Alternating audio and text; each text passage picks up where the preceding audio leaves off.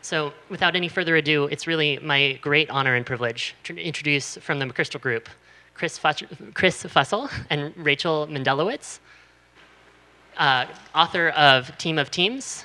Yeah, the McChrystal Group. Thank you guys very much.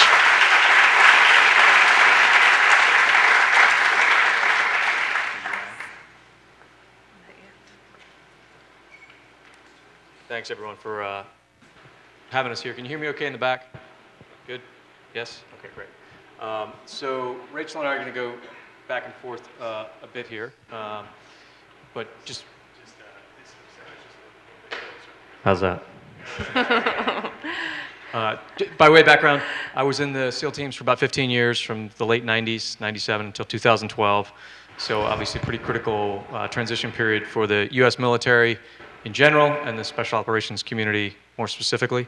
Had some unique opportunities in my career to see that transition from multiple levels, both on the ground and then up through in various different sort of strategic seats around the world. In 2010, late 2010, early 2011, when Stan McChrystal retired, he was at that point a 4-star general, and decided to experiment with taking some of these ideas over into other spaces. So since that time, we've been earnestly developing the McChrystal Group, and initially our sense was what we did we experienced in the military and special operations community was very specifically harnessed to process changes that had taken place inside the organization.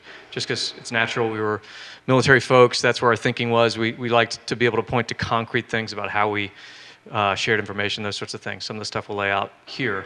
But as we moved down that road, we quickly realized there's a whole other component to this that we went through organically, but we have no real way to articulate it, which is when we started to partner with folks like Rachel, org psychs, people have been looking this very professionally for their entire careers, who were able to come into the group and say, that's interesting, but there's also a very critical subcomponent here, which is the leadership model, behavior change that took place inside the organization. And then, as they laid it out for us, it made natural sense, but it was something we were very unaware of as we went through the change cycle ourselves. So I think Rachel and I will try to tease a little bit of that out here today. A lot of these ideas will be just intuitive to this crowd, so we'll move through it aggressively and hopefully get to a Q&A that'll be interesting. Great, thanks. How am I sounding now? Very good. Okay, wonderful. So apologies for the interruption.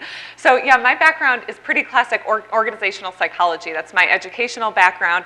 And I spent time both internal, working in organizations, and external consulting in all things people related. So I was at Bridgewater Associates, a giant hedge fund in Connecticut, New York, that has a very unique and interesting culture, and then consulted for Booz Allen Hamilton to the Department of Defense, and then eventually joined McChrystal Group, where I spend my time reverse engineering the success that the Navy SEALs and the Joint Special Operations teams had in recent conflicts, and applying organizational psychology academics and lessons learned from previous clients. So we will talk a bit more about that today. So first, a disclaimer. Two, actually. McChrystal Group does not do organizational design, and McChrystal Group believes in leadership. So before you start throwing rotten tomatoes, hear us out. We probably have more in common than we are separated by difference, and you'll see why in just a moment. So to begin exploring our discussion today, I'd like to introduce you to a model of complexity. This is called the Kinnavan model. It was developed by researcher David Snowden. And there are 4 different problems or environments that are described within this model. And they become increasingly complicated, complex, and disordered as we go around. Starting with something simple, this is something like turning on your computer in the morning. It's a few simple steps. We know exactly what it's going to take. We can plan for this problem ahead of time. We can document it. We can solve it. Very straightforward. Something more complicated, like manufacturing a car, is still a problem that can be deconstructed into its component parts and solved for ahead of time. But it takes a lot more brain power. It takes a lot more coordination. It takes subject matter experts. So now we're getting into more difficult problems. There's a really distinct shift that we see between complicated and complex problems. And the main difference here is that where environments are ordered, when we're talking about simple and complicated, they become disordered when we talk about complex and chaotic. And this has serious implications for how we work and how we lead. On the right-hand side here, things are predictable, and we can plan for those things ahead of time. On the left-hand side, things are unpredictable, and we cannot plan for those ahead of time. So it introduces new problems. So something complex, a lot of human issues are complex. Human interaction is very complex. So for a business, solving for something like customer service and then solving for that at scale, that's very complex. That's a complex issue. We don't know how exactly we're going to solve for that every time that issue comes up for our employees. And then something chaotic, this is really intuitive. We all know this when we see it, right? This is like a crisis that we're facing. This is a market drop for our clients or an environmental issue, a crisis that comes up. So as we talk about these four, what I'd like you to keep in mind is that we're describing both an environment, and our position is, like many of you, you've noticed that the environment has shifted since about the Industrial Revolution. It's been a more complicated environment, and that complicated approach to solving problems has been not just sufficient, but really effective. And we're now thrust into this complex environment. That's the world we're now living in. So think about this from an environmental perspective, but I'd also like you to think about it from a problem perspective, your day-to-day. There are some days where you're facing problems in every single one of these realms. So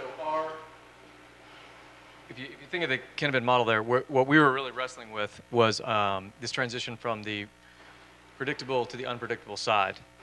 We weren't really aware of that at the time, but in retrospect, that's what we realized was sort of the core of our issue. Am I on? Can you? Yeah, okay, great. But I'll walk you through sort of our background and try to lay out why some of it was challenging. And I'm sure you see a version of this in any successful organization. So this is where we all came from, right? This sort of small team background. The military in general, special operations community for sure, is hyper-focused for generations on creating really effective small teams.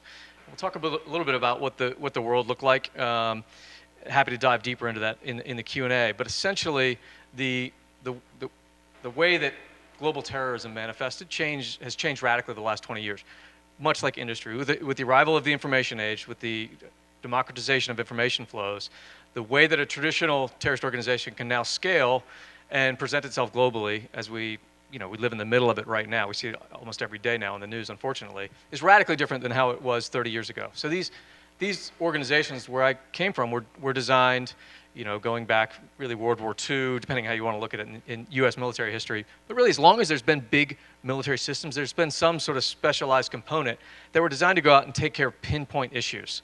This is a unique, special problem. It's not worth moving big forces against, not worth the scale sort of effort. Let's have some sort of small team that can go out and address it specifically. And we'll do the bigger engagement over here on this side. So you sort of go in and out of the mothership, so to speak. One of the benefits is that you don't really have to pay any attention to how the mothership functions, because your only lot in life when you're on one of these teams is just give me the hard problem, we'll go out and solve it, and then we'll come back and tell us when you need another thing done. Suddenly, all of these problems are coupling together, and these unique issues are now scaled and are as big as our conventional forces that we brought into the mix. So you see a similar sort of problem manifesting in industry as well. So when we were originally created, these specific types of special operations units, they brought together this is in, say, the early 80s, different components from all the different services. I won't bore you too much with the history here, but just imagine sort of a highly selected subunit of special operations from all the different military branches, designed to do the most sort of high-end national command level counterterrorism missions around the world. So we're all from different units. So the second from the left, there's the Navy SEALs, there's Army units, there's Air Force units, et cetera. That worked really well towards the end of the 20th century. We built out this world-class, highly successful, broad organization underneath the Joint Special Operations Command, which is what Stan McChrystal commanded for 5 years straight at the peak of the conflict in Iraq, which is where a lot of this sort of origin story comes from. The problem with the way we evolved in the late 20th century was, really by design, they were highly siloed. So the idea was, these problems will manifest in unique pockets. I need specific units that can solve specific type of problems. I don't really care if they're cross-functional, because they don't need to be. I need to move one of these forces to a place around the world, and they'll solve an issue for me. We assumed we were walking into this sort of hierarchy. And I'll caveat all this. This is not a war story. This is just where we experienced this shift that all of you experience in some form in whatever industry you happen to be in. This is just where we felt it up close and personal. Historically, because of the difficulty of communicating quietly and sort of in the shadows, if you wanted to create an effective big terror organization, you had to adopt some version of this model. So you can go back generations in great insurgents built this sort of thing. The good ones, the ones that survived and got large enough to overthrow a country, this took decades. This is why, you know, an insurgent lives in the mountains literally for 10, 15 years. They build up this followership. They come up with very intricate communication models. This is like, you know, secret letters and spy movie type stuff. Because if they get identified by the state, they're easy to detain, arrest, whatever the case may be. So the assumption was that as Al-Qaeda grew and grew and grew, they must have some version of this in the shadows. And so our job, traditionally how you fight one of these things, is identify what that looks like, and then you can engage it on your terms. But in reality, we'd underestimated the transition into the information age, and that shifted into a broad sort of network model, which is a radically different approach. So in the first years of these conflicts, we were taking a traditional hierarchy and trying to fight a network with it, which, as I'm sure many of you have experienced, you can cause as many problems or more problems than you're solving for if that's the approach you're taking. So this is the model we'd spent literally, you know, in the military hundreds of years perfecting, in the special operations community 40 or 50 years post-World War II, really refining this to solve one sort of issue. We come into the conflict and we see this manifesting underneath us, these sort of growing networks that suddenly are on scale with all of our traditional forces. So there was an interesting debate, and I think you see this more broadly now, which is which one of these is right? Do we have to continue to refine, optimize, scale, et cetera, the top model, or do we completely decentralize and go with the way that technology is taking us? Where we ended up was in the middle. So we had to produce a structure that combined these two. And I consider it a bit of a hybrid model, probably a bridge to where things are headed more broadly in the next decade or two. But this is what, we didn't map it like this at the time, but in retrospect, this is what our model looked like.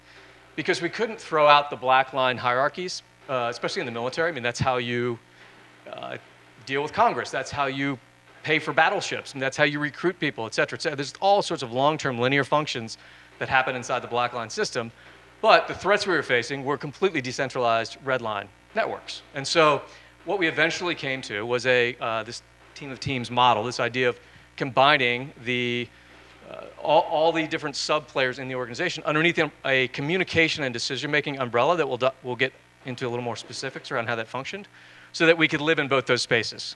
So we'd say it's led through the black lines, but it's fought through the red lines. So there's a version of that parallels a lot of what we see in industry. So going back to this model, Rachel and I will now kind of quickly walk through these different quadrants. But important to remember that a part of the reason that we couldn't do away with the black lines was we couldn't take any one of these quadrants and say, well, we don't want to do simple stuff anymore. We just want to focus on the Al-Qaeda network, which is somewhere up in the complex realm and occasionally drifting into total chaos.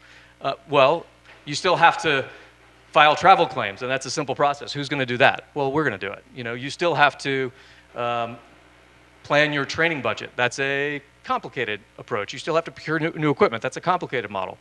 So we had to do all of these at once. And so that's why we ended up transitioning into this hybrid structure that I was describing.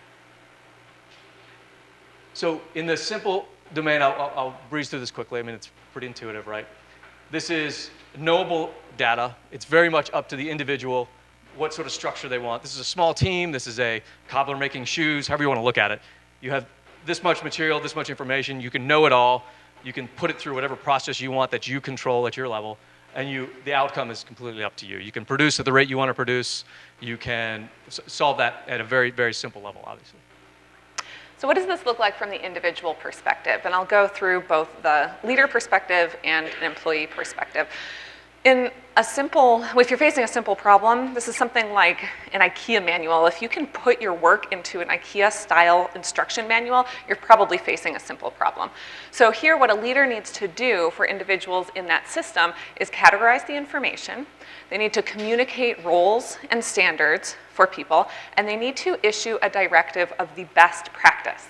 I'm not using the term best practice as in an industry accepted standard, but really literally the best practice, the best and only way really to solve problems. These problems are so simple, there's really only one best way to do it. Just like IKEA furniture, really only one best way to put that furniture together. From the employee's perspective, in a simple environment, this is all laid out for them, and they execute. Very straightforward. Now, with this dynamic, employees have very little bargaining power. They're interchangeable. And this reminds you of certain jobs or certain areas in history. So in the complicated realm, which is, I'd argue we spent most of the 20th century, and this is one of the arguments we lay out in Team of Teams, is this transition into the industrial age where you had now huge amounts of capability, data, et cetera. The structures got much more purposely designed so that they were scalable. So these very complicated org charts, et cetera, that we all are very familiar with. The goal for definitely in military as well as big industry is to constantly refine that model to perfection. Find efficiencies, outscale your competition, all the things we know and talk about very regularly. If you do that right, then that outside information can flow through that effectively, better than your competition, and the output is really solid. So that's a great way to build cars, it's a great way to scale in military, it's a great way to fight a traditional conflict or compete in industry.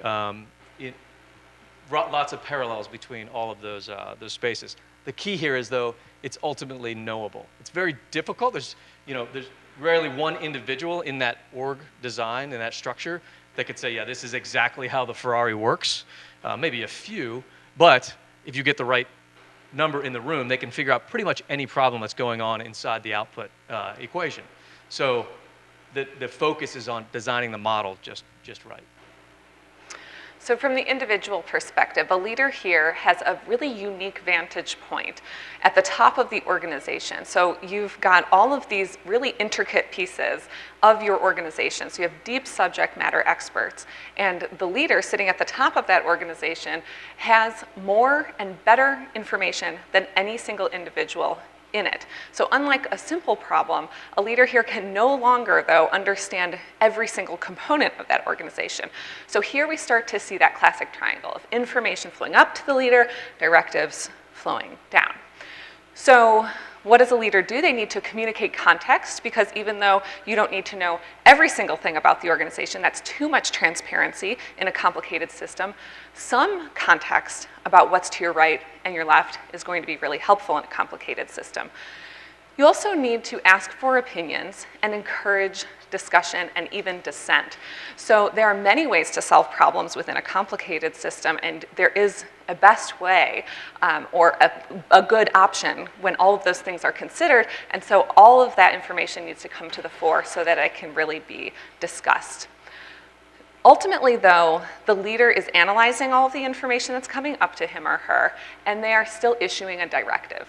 In this case, it's a good practice. It's a good way forward. So they're taking into consideration their strategy, all of the different opinions that they're hearing, and all of that different information.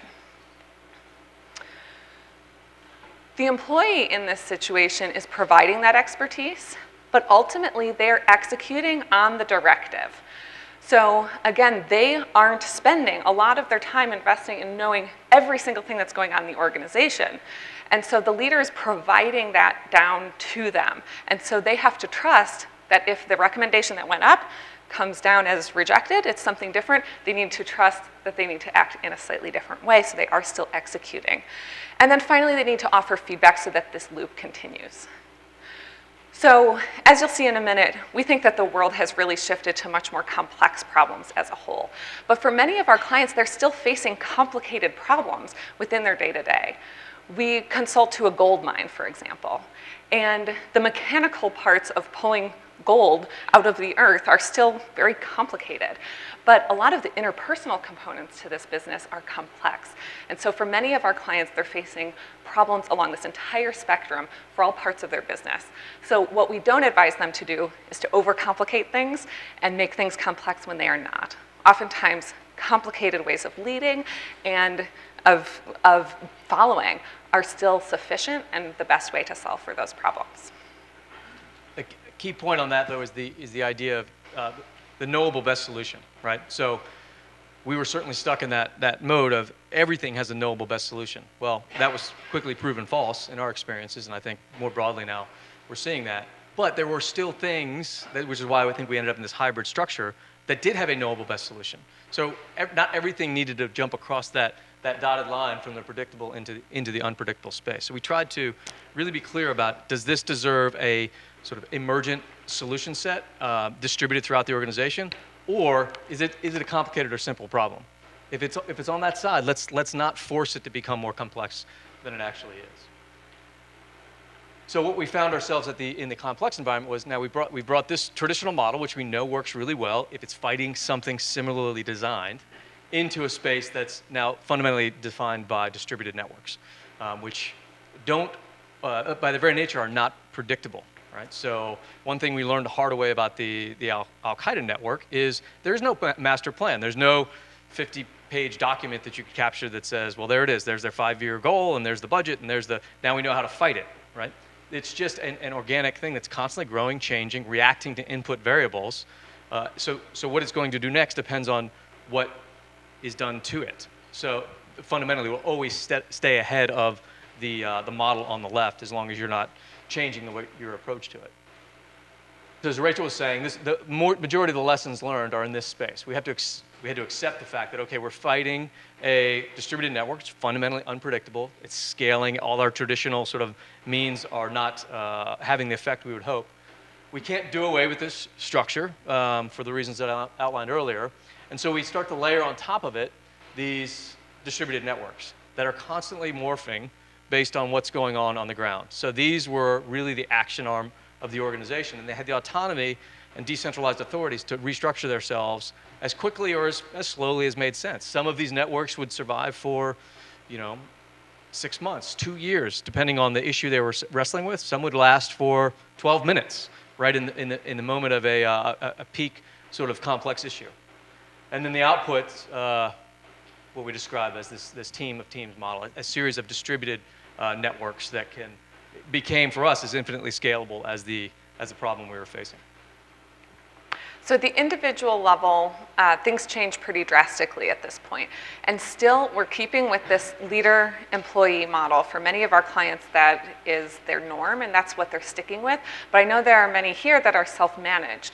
And so what I'm really curious to hear in the discussion portion of today is, how does this work for all of you that are self-managed? Are you filling the role of both the leader and the employee as I described this? Or what would you push back against with this? So I challenge you to pay attention to that. So within a complex environment, the leader's role shifts pretty drastically. They're no longer providing directives and making all of the decisions. They're setting the environment now. They're setting the culture. So what do I mean by that? They're empowering individuals more. Things are moving so quickly at everyone's individual level that they need to be able to act on their problems immediately. They no longer have time for that information flow that I was describing earlier that goes up that traditional hierarchy and then flows back down. So with that, leaders need to accept failure. This isn't just inevitable in a complex environment, but it's the only effective way to navigate through a complex environment, is through trial and error. Because remember, you can't know the answer to the problem ahead of time. So you need to learn very quickly and navigate through learning. Leaders also need to increase transparency pretty drastically from that just providing context that we saw in the complicated area. So if you have people that are much more empowered, much more autonomous, then you want them operating with as much possible information in mind. And finally, you need to emphasize collaboration because problems now are so complex that they can't be solved by any one individual. We can't compartmentalize work in the way that we could and then just piece it together like a puzzle and know that it all adds up to the thing that we want. It's dynamic. From the employee's perspective, this is someone that has to think critically, use their best judgment to act. They're learning really quickly, pivoting. They are learning through that trial and error. And they're communicating across to teams. So it's not just the leader's role anymore to communicate. Everyone needs to be both pushing information out and they're taking in a lot of information. So think about the employee here that I just described. This is someone that's fully engaged. This is someone that, even if they are highly educated and specialized in their field, they're encountering problems they've never encountered before in their working life. And they have to solve them creatively. So now we're seeing a war for talent, where if you think back to a simple problem, these are interchangeable employees that have almost no bargaining power. It's a very different world that we've stepped into. So then the chaotic realm, we were obviously hit pretty regularly with this as well. And chaos here we define as just the connection between cause and effect cannot be known in the moment. We've all been there. A lot of the work we do with industry, when we start to describe this sort of model, and not wrongfully so, their minds will immediately go to a moment of chaos where the factory blew up or there was some massive regulatory collapse or whatever the case may be, depending on the industry, and they all show up on Saturday morning and they get in the war room and they all have similar names for it. All the smart people get around a table, they order a bunch of pizzas, and 72 hours later, they've solved the issue. They've rerouted their supply chain. They've done all this great work. Well, of course, they've jammed all the subject matter expertise into a room. They've solved for a black swan moment. While they're doing that, the organization itself tends to, and you've probably been through experiences like this yourselves, tends to be doing nothing. Why? Because all the senior leadership is in one room solving for an existential threat, so it totally makes sense. I'm just going to sit here and wait until we solve that, and then we'll get back to business as usual.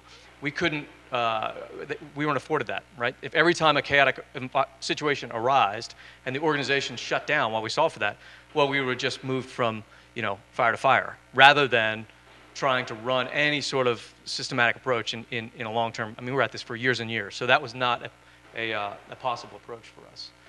But the nature is to get the organization completely sucked over into this space if it's determined to live up in that upper right-hand quadrant. So very quickly, the way we handled moments of chaos, because we already had that broader communication network model in place, again, this didn't go away. We just layered on more and more communication windows on top of it in order to solve for the moment of chaos. So the organization the broad organization didn't shut down. It didn't feel like the senior leadership was locked away in a room. It was actually more exposed. So as an example, if some chaotic situation was going on around the world, we already had a very aggressive, transparent communication model.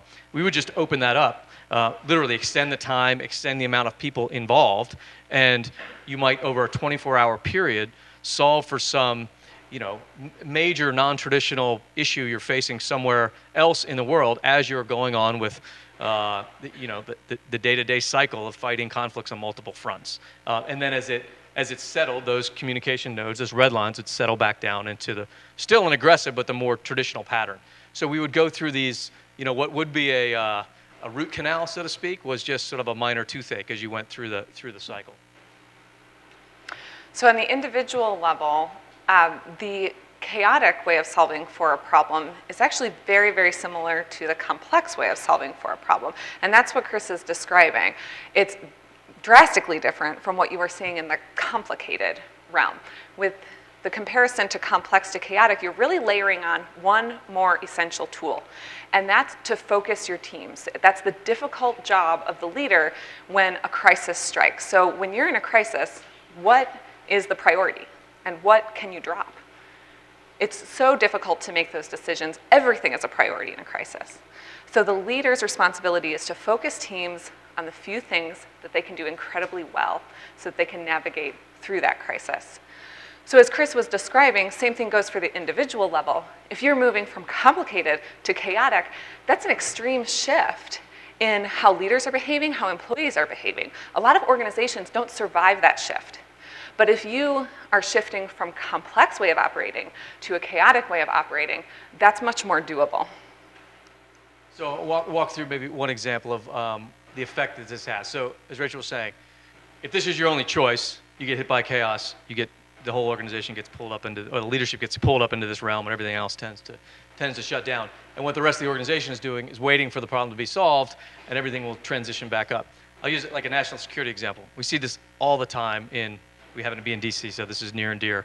They put all the senior leadership in the Situation Room in the White House. They solve for the immediate crisis, but there's a pretty big outside environment that they're expected to be participating in that they're not free to do in those moments when they're pulled into this sort of chaotic crisis. The belief is eventually you return back to this sort of normalcy, right? Historically, that worked out pretty well. So this is an image of the Cuban Missile Crisis. So great classic example in this sort of realm that everybody's familiar with. The crisis hits, what happens? All the smart people get into a room in the White House. The Kennedy brothers oversee it. The national government essentially shuts down for this 2-week window. Same thing's happening on the other side of the world, right? The Soviets are essentially playing the same game. Everybody realized this is a legitimate existential threat to the future of humanity. We don't want to start a nuclear war. Therefore, let's not worry about budget and trade deals, et cetera. Let's solve for this right now. And it's a nice balanced game. So you have two equal systems playing each other. What we encountered was the equality's gone. Now you're facing these distributed networks. They have no end state in mind that they're trying to achieve that has anything to do with a traditional model. So it's traditional system fighting chaos. And obviously it can overwhelm the system when it's happening with the rapidity that we see in today's national security environment, business environment, wherever you want to look.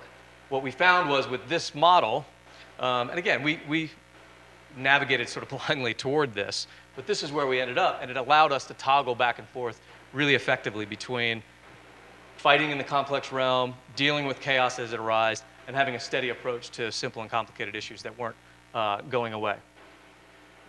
So that's sort of the model. We moved through that quickly, but I'm sure a lot of that's intuitive to this sort of audience. One last piece we'll touch on is the leader behaviors that come with all this, and that was in the opening comments what I said. This is the part that we were much less cognizant of as we went through this process ourselves. But it's actually, I believe, the most interesting part of any sort of change like this. So historically in the military, and I think you see the same patterns in industry, government, et cetera, is this idea of creating the heroic chess master leader. So as a military example, you can look at an image like this, and it's pretty easy to pick out who's in charge, right? It's tallest horse, the blue coat, surveying the battlefield, telling everyone what to do. And again, our approach, this sort of hybrid structure, is not an attack on traditional bureaucracies. Historically, they evolved definitely in the military because they worked really well. Everyone was playing the same game, and this idea of creating the heroic senior leader was a true value differentiator for generations in conflict. I mean, there was a reason that it was a devastating blow to the North when General Lee went to the South, because they knew that one individual, what's in their head and the way that they see the fight, will have a potentially an existential impact on the results of this conflict. That's not really the truth anymore. No one can think through all these problems with the speed that is required, right? This model worked incredibly well when the folks on the other side were playing the same game. So the person in the blue coat figures out what force is going to go where. It's essentially a chess game. Of course, the threats are much higher, but if they can do that better than the competition, they're going to come out ahead in the end. But this model has essentially gone away because it doesn't matter if you're Kasparov or wherever, when the pawns on the other side can move as an interconnected unit 12 times to every one move you make, you're never going to get ahead of them. It doesn't matter whether you're intellectually superior in the moment of the game. So what kind of game are we playing now? So the metaphor that we like to use now is to lead like a gardener. What does a gardener actually grow, though? The gardener isn't growing anything. The gardener is establishing an environment of health where other things can grow. And so we like this metaphor because that's what a leader is now expected to do in their organization. Think of their organization as their environment, their garden, and they are creating one of health so that the different employees within it can solve the problems to the best of their ability. They're empowered. They have a culture that allows them to be really effective.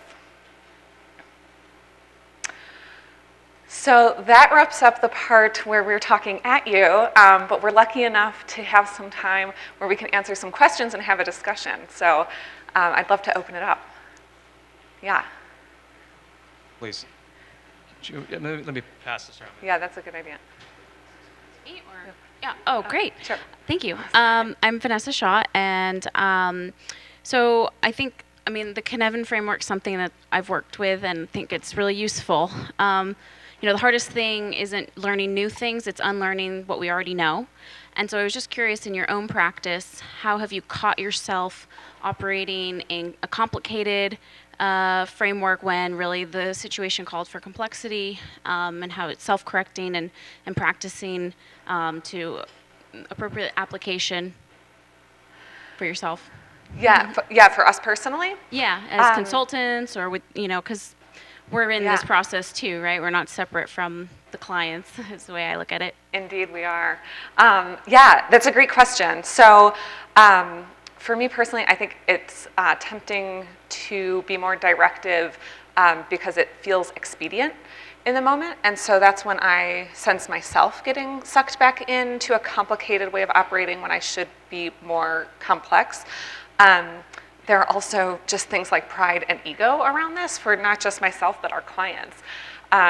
So if you have to admit that you don't know everything as well as your employees and give up some of that control and allow them to solve problems in ways that you could never even imagine solving yourself, it turns out for the best in the end, but in the moment, that can feel like a loss of power. So a lot of times we'll talk to our clients about, hoarding knowledge and thinking of knowledge as power or expertise as power, and sort of shifting that mindset to more of one of sharing is power. And I think we all kind of intuitively get that in the long term, but I think it's tough for a lot of the folks we consult to, and certainly myself in the short term. Did you have anything to add to that? Yeah, we had, sorry, I had first called on somebody up here, so I know she's been waiting in the black vest.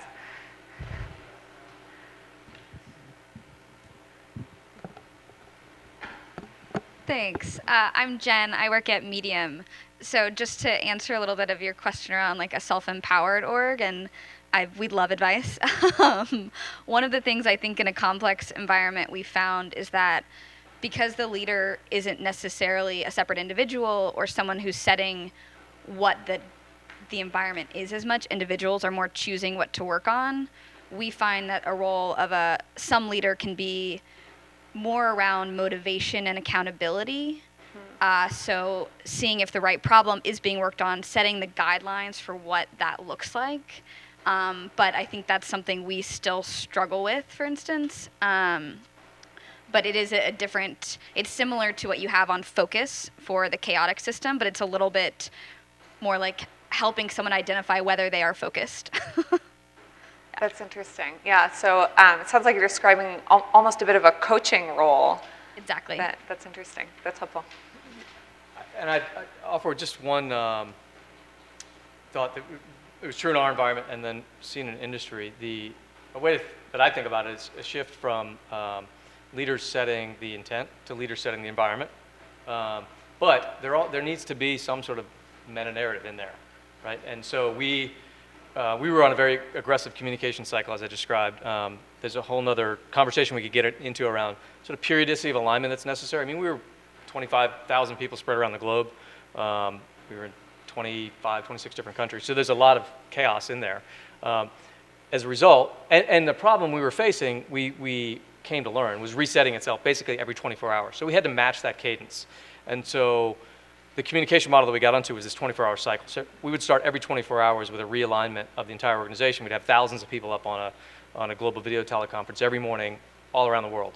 Not highly recommended, but some version of that on a slower scale tends to work really well in organizations. But you can't come into that every day as a senior leadership team and say, you do this, you do this, you do this. You're setting the environment for those conversations to happen, both in the moment, and then we had all these sub-networks that were at play. But more importantly, the senior leaders, that's their opportunity to constantly reset the meta narrative. And so you can index what am I doing on the ground? Does it still align correctly with that? Which allows, I felt like, that decentralized but highly informed autonomy. And so if people got outside of those boundaries, there was sort of no excuse to say, well, I didn't know what to do. I mean, you've got the intent, which is shifting over time. You have access to all the other information and sub-networks inside the organization. Now, it's up to you to truly decide at your level what comes next. Thank you. Great. And I don't want to pass the mic too far. Maybe we could just pass it right next to you and move our way down. Lucky to sit right next to her. Hi, my name is Mike Lee. I'm a researcher from Harvard Business School. And my question is, Chris, you talk about how in a complex environment, you guys had to start to develop coordination between teams and how the teams would sort of in this emergent way reorganize and sort of design and align themselves in different ways. And I think you started to touch on this in your response to Jen's question, but I'm curious if you could talk more about what were the specific mechanisms for that coordination, and how did you structure those conversations so that you could efficiently process this immense amount of information, make decisions. So like, who was in the room in these conversations? Was there a process that you guys used to actually have these conversations and make these decisions? Yeah, there's sort of two levels to that. One is these broad global communication forums that we did, and anybody who wants to geek out on it, I'm happy to hang out and run you through the whole model. But essentially, it sounds like total chaos, but it wasn't. So there's a very disciplined approach to the agenda that we set. And the agenda was sort of near and dear to this group's thinking, very organic in the way. So I spent a year as McChrystal's chief of staff, so an aide-de-camp type position. And people always ask, well, how do you structure an agenda for that? It came to us because people on the ground knew, here's what you're talking about, here's what we're trying to accomplish, here's what I want to talk with the broader group about on this sort of cadence. So that was very organic in its approach. So everybody could see, here's the conversation we're going to have. The behaviors were right. So it was not a report out, let me check your homework every 24 hours sort of meeting. It was, what do you know that are closest to the problem? It's been 22 and a half hours since we last spoke. What have you learned out there in the field that we need to know about at this level, rather than the other way around? Which is a very significant behavior shift, because you're creating a space where people can come straight from the problem, not with little concern about how the information is going to be received based on internal politics and all the stuff that usually slow us down in our communications, and say, look, I had this snapshot 20 hours ago. I've learned the following. I think we're off on this. I think we're headed in the right direction on this. And if senior leaders get mad about two of those points, then the whole thing can collapse. So the behaviors was really critical. And then I think, Jermaine, to your point, there was a really intense communication infrastructure. So nearly everybody in there is up on some sort of communication device as they're listening to the forum. And so there's all sorts of sub-networks. We used a really rudimentary portal and chat room sort of model where everyone could look at what we talked about. We used a very simple slide structure. You couldn't bury people in slides. Everybody basically had one slide and a word count, so you kept that sort of simple. But there was a portal if there were read-aheads or background information. It was like a click deep, so everybody could get to it. I mean, this is all kind of tactical stuff, but it was critical. And then a series of internal chat rooms. So if you're briefing on a topic that's really critical, we may have never met. You're an analyst sitting in London. I can quickly ping on your contact information. I can see who else is on your team. I can ping one of them and say, can you send me that analyst report that he just referenced? And they connect me with Jen, who was on the team that designed it. And now Jen pulls in 3 other people. And now there's a sub-network of like 12 people that might just stay together for the 3 minutes that you're briefing, or we might stay together for 3 weeks because we now discovered this new complex issue. And that's where the real emergence would come from. Because no one can ever, from on high, say, Jen should talk with Chris, should talk with these 8 other people. It just never would happen. So this gave the opportunity for those things to evolve. There's a whole other tactical level side to that, like in the field, how those things would happen, but maybe we'll circle back. Okay, others? Yeah, we've got one down here. So one of my favorite kind of takeaways from the book was the use of liaisons that you guys transplanted into the different fields to create those networks and those team of teams. So I'm curious, in your own experience working as consultants with businesses, how have you put that in place, that practice into place? How has it worked? What sort of issues have you run into in trying to adopt that sort of practice? Yeah, so the question was around liaisons and the use of liaisons and translating that to business. So there are a few ways to do this. You can rotate people between teams. So you take someone out of their established team, you plop them in another, partnering team, you leave them there for a bit, and they come back and they have a completely different view of how the holistic system is working and how those two entities are working together. This is really effective if there's any kind of tension between those two groups. Other ways to do it, some organizations have rotations when you first start. I've known organizations that for a full year, you actually rotate around to almost all of the departments in that organization to get a sense of the issues that they're directly facing. And then there are teams that you can assemble for a short period of time. So a team that comes together that's multidisciplinary, that is from different functions for one project or one issue that's not within the formal hierarchy and that is temporary. So those are a few examples I faced within business. Do you have others that I'm missing or anything to add to that? No, I mean, I would just say it's a really effective tool to create understanding and relationships across boundaries. I mean, the example we try to highlight in the book is from our own experiences. There's a long story behind it, but essentially by embedding people into other highly competitive small teams, when they return to their own tribe, they have this enhanced opinion about the 10 people, the 20 people, whatever the case may be. That then translates over to their side of the fence, so to speak. And so now the 19 people on their side have a higher opinion of the 20 people on the other side just because Karen or Bob, whoever came back and said, yeah, they're a good team. And they may never cross paths, but the emotional connection has gone up as a result of that one significant player. Yeah, I think that gets to the really human element of that question, because there's one thing about having more transparency and knowing what other functions are doing, and you can sometimes, if you're part of a large organization, you can brief that organization until you're blue in the face, and they're never really going to get it the way that they do. If they're part of your group, we all have in-groups and out-groups, and that's a sort of a natural part of how we live. We're social animals, and so that starts to unravel that a bit and connect those identities across functions. And we probably have time for one more, I'm guessing. Yeah.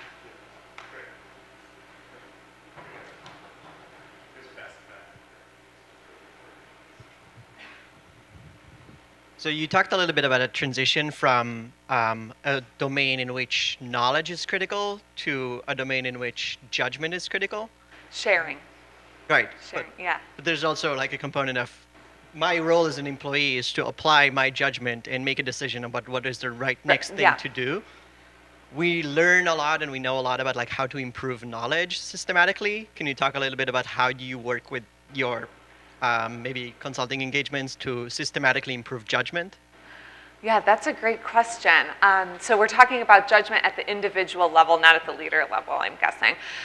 So how do we improve judgment at the individual level? So I think a lot of it actually comes back to the transparency and the added communication that we're allowing for with both the processes and the behaviors that we're training leaders and that we're implementing in organizations. So judgment, I think, has a lot to do with the context that you have in mind. I mean, no one wakes up in the morning and says, I'm going to make really bad decisions on behalf of my organization today. So a lot of times there's just stuff you don't know or there's stuff you don't value. And so opening up that transparency gets people incredibly aligned in a way that they weren't before. So I think that's probably the biggest lever that we have against that one. Yeah, I'd say just to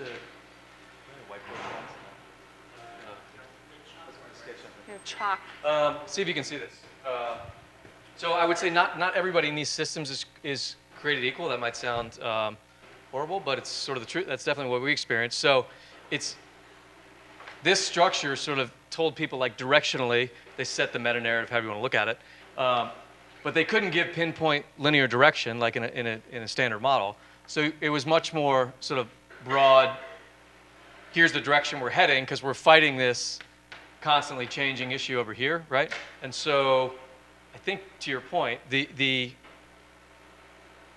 knowing that not everyone, if you have 40 players like this, and however you look at it, not all of them are equally qualified to trust their judgment to, a really, really strategic level. You can bound, what we did was we bound our players, essentially, and you said, okay, Chris is the new person on the team, so here's 3 decisions he can make at his level, but we're going to constrain through the following. In the military, that's resource allocation, that's time, space, distance, that's external relationships they can create, et cetera, information they can share. Rachel's a really experienced member of the team. She's highly deconstrained. There's a few strategic things that have to sit at senior leadership level, just because you're putting too much risk in the system, because she won't have the right understanding in the moment to make those decisions. But everything else, so she can move exponentially faster than I can. But we all live in this this structure, right? So Rachel and I are both playing this game where we're adherent to both the blue line and the orange networks.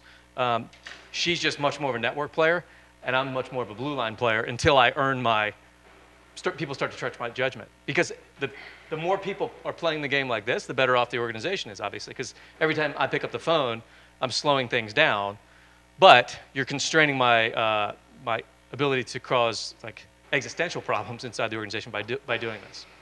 And if you're more networked, then you're accumulating a lot of data points with a lot of people. It's not just like you're pleasing one person, your manager, with this. So I'm from the Midwest, and the way my mom puts this is you trust someone as far as you can throw them. So it's basically like you get, how much rope do you give someone? Well, thank you very much. Great discussion. Unique questions.